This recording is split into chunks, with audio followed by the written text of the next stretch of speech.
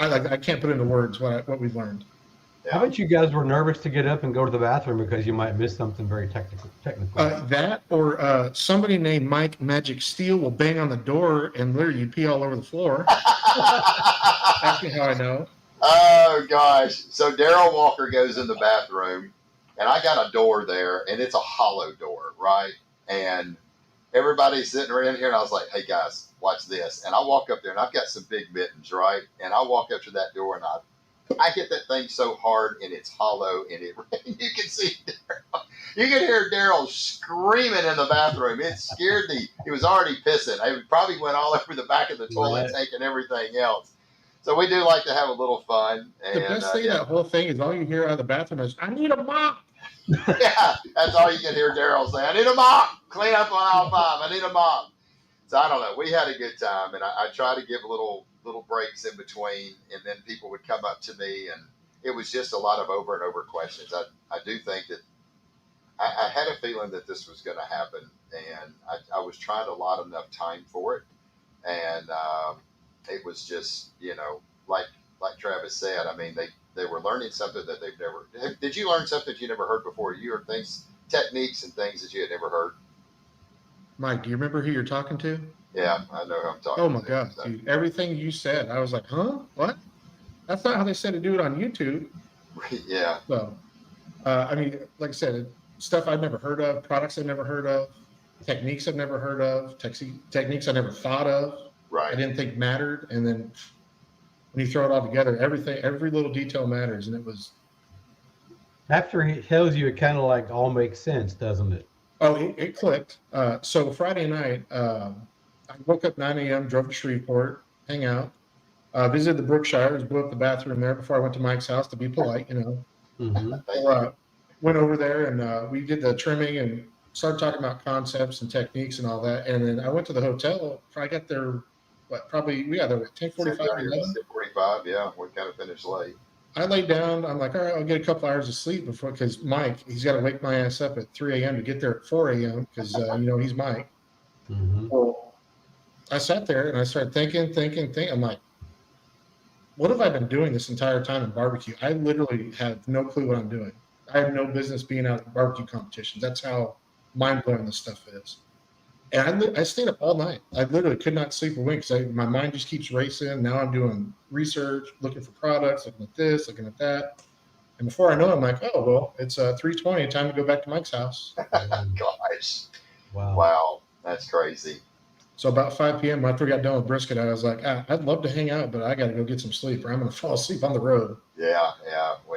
It was a lot. So, well, I mean, that was the thing. I really did want to kind of bring something that was a little unique and a little bit different. And I'm just, one of the things, like I was telling everybody, these are the things I do. I don't win all the competitions. I mean, 65 out of 130 competitions I've done has been in the top 5. But you are consistent. I'm very consistent. I'm very, very consistent. That's the one thing that I try to do is just be very consistent. There's a lot of attention to detail. And like I said, everybody had told me that this was, and I asked you kind of toward the end of the class, I asked, what could I do to make things better? Is there anything I could do to make it better? Is there anything that you liked, that you didn't like, disliked? Because I just really want to offer a class that was really, really good and detailed.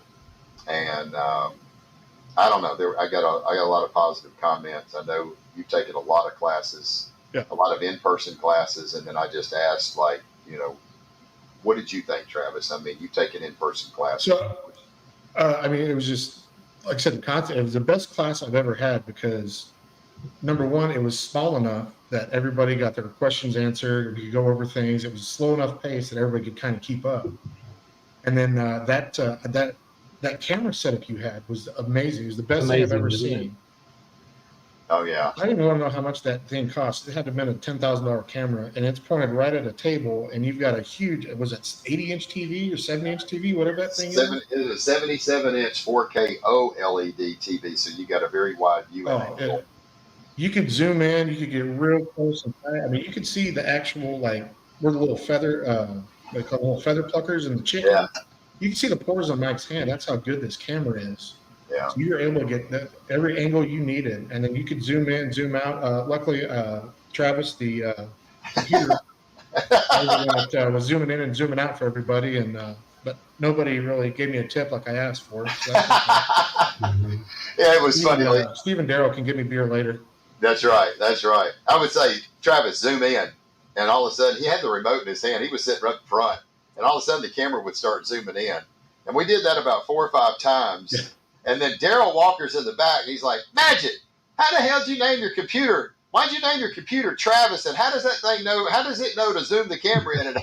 And we're all Are freaking you cracking serious? up. Yeah, he did.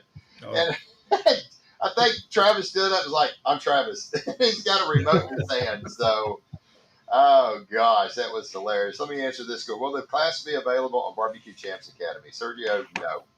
I will never do a class on BBQ Champs Academy. BBQ Champs Academy is about the guys that are world champions that come in. I never want BBQ Champs Academy to be about me. It's not about me. BBQ Champs would be nothing without all the great pitmasters and state grill masters we've had. So I will never do a class. Now, maybe if I become a world champion, I may consider it then. But other than that, even if I did, I would probably still say no. I don't think I could possibly do a class on camera because it would be so freaking long that it would be hard. I can keep the class moving when I've got Lee and all the guys here, but me being in front of a camera and not having anybody do the interaction like I do with the guys, it would just be me in front of a camera going blah, blah, blah, and I would lose you. And that's why our classes are so informative and entertaining on BBQ Champs, because I'm keeping it going with the guys and I'm asking all the questions that you want to know. And Travis has taken a lot of classes from BBQ Champs. So, I would never do a class on BBQ Champs. I just can't think I could, and I don't want to. It's not about me. It's about the guys. And I think it would be very, very difficult to teach what I teach on camera. Don't you think? I mean, Travis, you've taken classes. So like Lee, you changed my rib game for the better. The only problem was it was on me because I didn't understand fire management and other things the way I needed to stay consistent. Right. So, I mean, if you don't have that down, then unfortunately any recipe, you can use the gold-plated rubber or whatever you want, and it doesn't matter if your fire management isn't there. Yeah.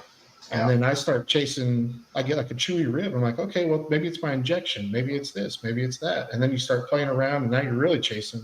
Right. And a class like this in person, being able to talk this stuff out. And like when you get the YouTube, or not YouTube, I'm sorry, the Facebook pages, when you buy the all access, and I will go in there and I ask Lee all these questions, and Lee answers them to the best of his ability. So that his ability to be there and actually see what I'm doing, trying to convey what I'm doing through words. And I'm a wordsmith, but sometimes even I get a little fast, and I got these fat fingers that mistype all the time. So sometimes what I'm trying to convey or ask isn't coming across correctly. So it kind of becomes a problem. So the in-person class definitely helps. Right. The only thing that's going to be crazy though is that like Lee, I'll go through and watch his rib video 2, 3, 4 times before a competition. I don't have that access, unfortunately, with you, Mike. So you're going to have to deal with me calling you at 2:30 and 3 a.m. and asking questions. Whatever it takes. That's the one thing I've told everybody. I will be here for you. I know it was a tremendous amount to absorb. You're absorbing stuff. You're hearing stuff for the first time that you've never heard before. None of this stuff, this technology and things that I've done, would you say it's very innovative? It's very different. A lot of this stuff doesn't even pertain to barbecue, what we've brought into the sport, but it works for barbecue. Not a single thing I would have thought ever had anything to do with barbecue, and absolutely everything did have something to do with barbecue. Well, it actually has a lot to do with barbecue. Right. And that, like I said, it blew my mind, and I can't believe it, and I can't wait to go cook because it's